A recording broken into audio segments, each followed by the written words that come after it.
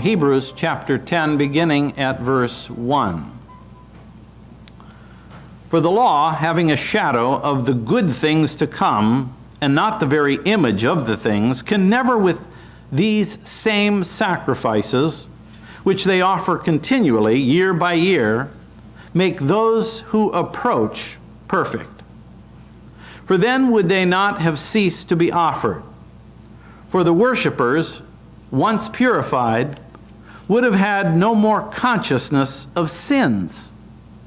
But in those sacrifices there is a reminder of sins every year. For it is not possible that the blood of bulls and goats could take away sins. Therefore, when he came into the world, he said, "Sacrifice and offering you did not desire, but a body you have prepared for me. In burnt offerings and sacrifices for sin you had no pleasure. Then I said, Behold, I have come. In the volume of the book it is written of me, to do your will, O God." Previously saying, sacrifice and offering, burnt offerings, and offerings for sin you did not desire, nor had pleasure in them, which are offered according to the law. Then he said, "Behold, I have come to do your will, O God." He takes away the first, that he may establish the second. By that will we have been sanctified, through the offering of the body of Jesus Christ once for all. And every priest stands ministering daily and offering repeatedly the same sacrifices which can never take away sins. But this man, after he had offered one sacrifice for sins forever, sat down at the right hand of God, from that time waiting till his enemies are made his footstool. For by one offering he has perfected forever those who are being sanctified. The famous newspaper publisher William Randolph Hearst had a reputation for always being in search of the most sensational stories. In fact, he once sent a telegram to a leading astronomer which read, "Is there life on Mars? Please cable 1,000 words." The astronomer replied, "Nobody knows." Then he repeated it 500 times. That equals 1,000 words. What repetitious activity are you familiar with? What activity do you repeat that you most dislike? Well, for most men, it's shaving every morning. For women, it's probably cooking or doing the dishes. For some men and women, it's getting out of bed early in the morning. The problem highlighted in Hebrews 10 can be summed up in two words. It's meaningless repetition. And it's a reference to the constant offering of sacrifices under the Old Testament system of redemption. Perhaps that might also describe our modern observance of commercial Christmas. After all, we plan, we decorate with painstaking detail, we shop till we drop, and we breathe a sigh of relief when the holidays are over. But if that's all that our observance of Christmas consists of, it could well be defined as meaningless repetition. Now, when Jesus came to earth, it was for a purpose, and it was not to be repeated. His birth in Bethlehem will never be repeated. His youth working in the carpenter shop in Nazareth under his father will never be repeated. His death on the cross of Calvary was purposeful, and it will never be repeated. God sent his Son in a physical body to this earth to perform one superlative act, and that is to die on the cross in the place of sinners. Up till that time, the only provision made for addressing our sin problem was the elaborate and costly system of sacrifices that involves several things. First of all, the practice. Second, the purpose. Third, the procurement. And fourth, the presentation. The practice was of repeatedly offering sacrifices all the time. And then once annually on the Day of Atonement. The purpose was to uphold sin as an offense among men in the face of a holy God who requires restitution for his offended holiness. The procurement of the sacrifice was paramount. It had to be a perfect animal without spot and without blemish. No deformities would be allowed. And then the presentation of that sacrifice was by the high priest with death. Death and the shedding of the victim's blood. But those sacrifices offered endlessly year after year, including by the priest on the Day of Atonement, could never render the bringer of the sacrifice to true cleansing, to true forgiveness. That's because the sacrifices covered sin, they did not cleanse it. Had it been able to provide cleansing, it would have immediately had the effect of relieving the conscience of all guilt. But in the repetition of the sacrifices themselves, there is a definite reminder, oh, that's what I did. That's what's on my mind. That's what's affecting my conscience. That's what's influencing my relationships. That's what's having the impact that may be unknown to others, but is known to me and God. Now, according to the Washington Post, I was shocked at their most recent count. I don't know whether it is correct, but it seems logical. 5 Confederate monuments were removed between 1865 and the year 2014. 8 were removed in the 2 years after the 2015 Charleston church shooting. 48 were removed in the 3 years after the 2017 Unite the Right rally in Charlottesville, Virginia. And 110 more were removed in the 2 years since George Floyd's death in 2020. This past week, another Confederate memorial was removed, this time from the prestigious Arlington National Cemetery in Northern Virginia for similar reasons. Now, whichever position you take, it's quite odd that we as a nation are in the process of rejecting our own history. Whether the history is good or whether the history of bad, we are living in denial. Yet no atheist, no agnostic, no skeptic, and certainly no revisionist can remove from history the witness of Jesus Christ's life on this earth and his death on Golgotha. Nothing. The cross stands, whether you want it or not, whether others want it or not. It stands as the greatest travesty of justice, and behind it lies the greatest love of God ever spurned by mortal man. And as carefully and purposefully as it was all laid out in the law of Moses, in detail, with a tabernacle and then a temple, the sacrificial system culminating in the involuntary death of an innocent animal was only a shadow. It was not substance. It was a preliminary sketch of things to come. And as it turns out, the entire sacrificial system was intended by God only to be temporary, not a permanent fix to the problem of sin.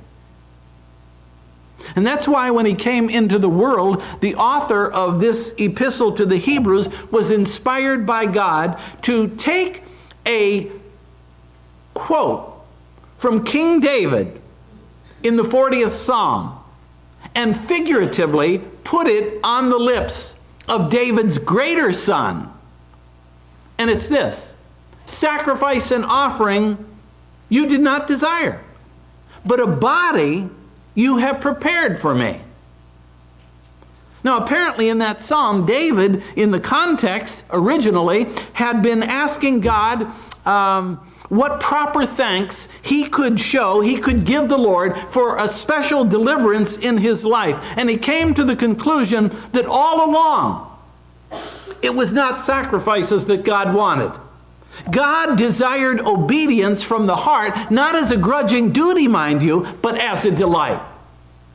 Is there anybody that meets that criteria? Well, according to 1 John 5:3, he says, loving God means keeping his commandments, and his commandments are not burdensome.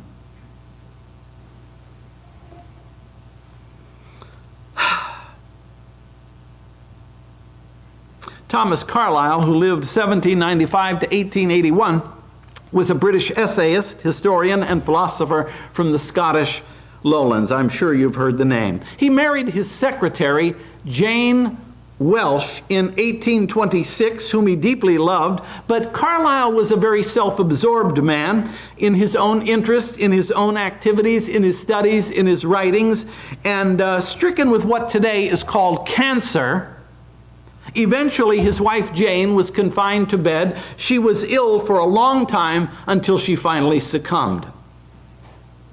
After her funeral, Thomas went back to his empty house. Disconsolate and grieving, he went upstairs.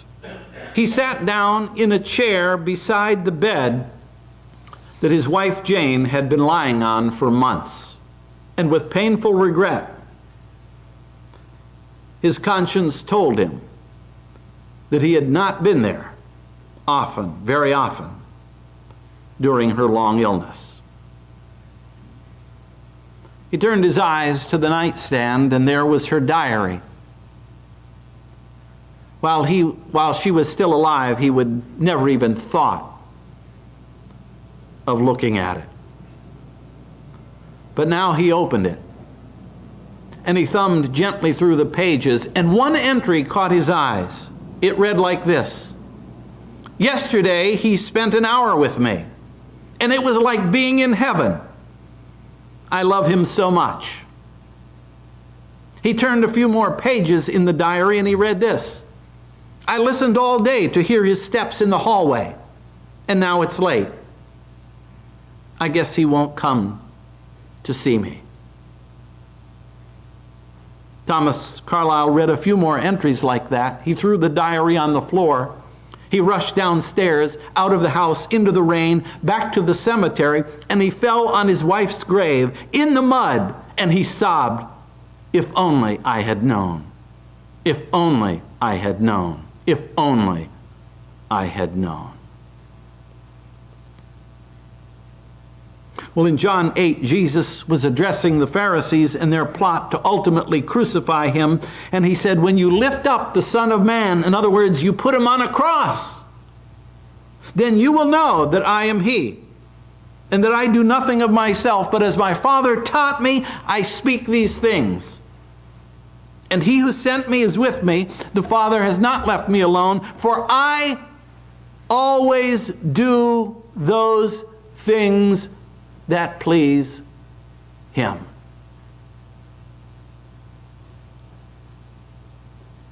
Loving God, keeping his commandments, was not burdensome to Jesus Christ.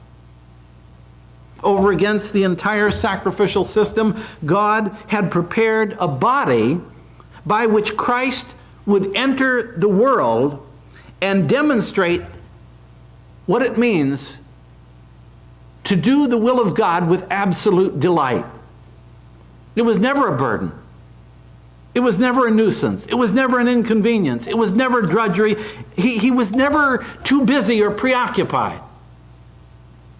His coming to earth and his giving his life was not that of an unwilling animal about to become another sacrificial statistic. Nor was it as any man who is just so self-consumed. This was God's Son, voluntarily offering himself in a body that by doing the will of God, he would abolish that first covenant with its complicated priestly system of sacrifice, which, with its blood of bulls and goats, was impossible to take away sins. And in its place, establish the second covenant in his precious blood, offered once for all. Christ's willing obedience was not his alone, in isolation. Jesus came to earth from heaven to fulfill God's redemptive plan in setting you and me apart by that same sacrifice.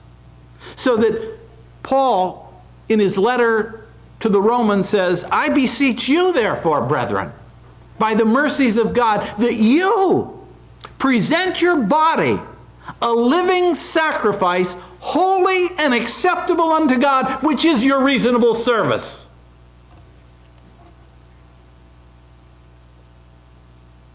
In other words, by submission in faith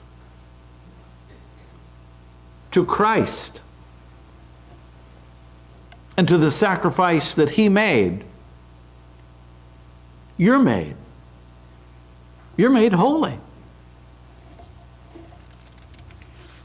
You're made to be used by God.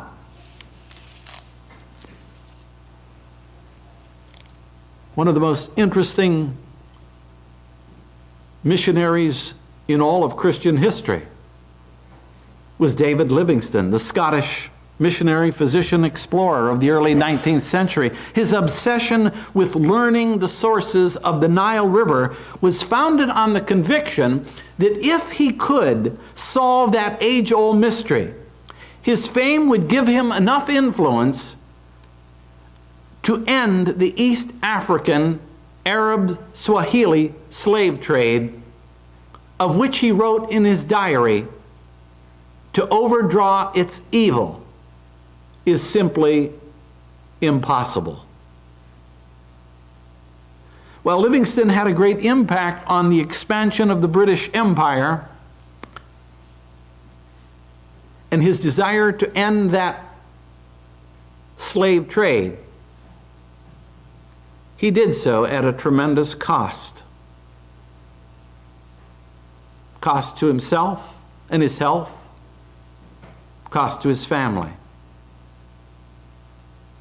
In his absence, his 6 children grew up missing their father. His wife Mary, whom he married in 1845, endured very poor health and died of malaria on April 27, 1862.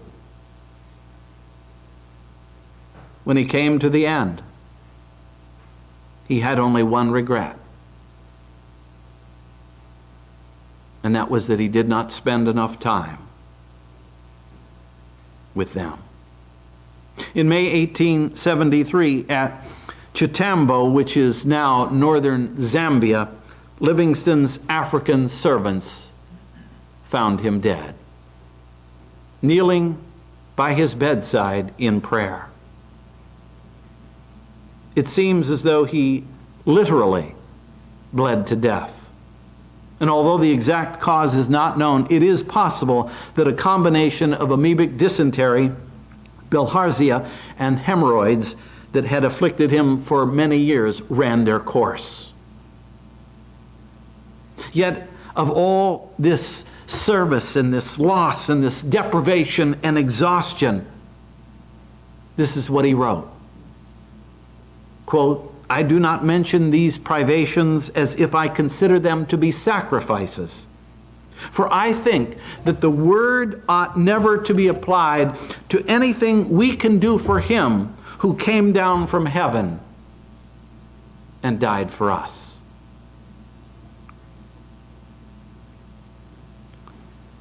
The daily morning and evening sacrifices, no less than the annual Day of Atonement, no longer need repeating. The one sacrifice and the one offering have achieved what was otherwise impossible through the blood of bulls and goats. And that is to declare the sinner permanently right with God. So that if you get up tomorrow and you don't quite feel right, it doesn't matter. Because God is not affected by your feelings, your conditions, your circumstances, the good or the evil that may happen to you. This is a salvation that rests on something much more tangible. There's no need for any more additional sacrifices. The high priest is now no longer standing. His work is finished. He can finally sit down because he has offered one sacrifice for sin forever. There'll be no repeats. If you miss this, you miss everything. If you take this and receive it, you have everything. No blood, no altar now. The sacrifice is o'er. No flame, no smoke ascends on high. The lamb is slain no more. But richer blood has flowed from nobler veins to purge the soul from guilt and cleanse the reddest stains. Now, I don't know about you, but Christmas has a way of bringing back memories of childhood, doesn't it? I can still hear in the background my mother and father singing a song in the house at Christmas time that went like this. Everybody stops and stares at me. These 2 teeth are gone, as you can see. I don't know just who to blame for this catastrophe, but my one wish on Christmas Eve is as plain as can be.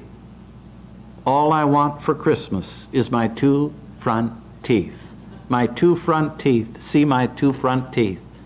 Gee, if I could only have my 2 front teeth, then I could wish you Merry Christmas. Well, there's one thing about teeth. They cannot be put back. They have to grow back, and that takes time. But when it comes to forgiveness for sin, when it comes to the realization that you are accepted in the beloved, and that beloved is Christ, and it means everything he did, his life of perfect, matchless obedience, and his stainless, unblemished sacrifice on Calvary, then you have all of heaven behind you, confirming that you are right in the eyes of God. And it's been made possible by the same God who sent an angel to the virgin girl named Mary, who, perplexed, asked, "How can this be, since I don't know a man?" And the angel replied, "Now indeed, Elizabeth, your relative, has also conceived a son in her old age, and this is now the 6th month for her who is called barren. For with God, nothing will be impossible."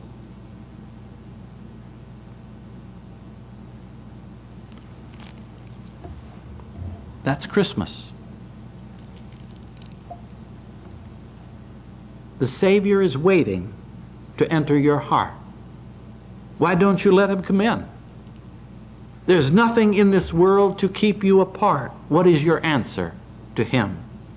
Time after time he's waited before, and now he is waiting again to see if you're willing to open the door. Oh, how he wants to come in.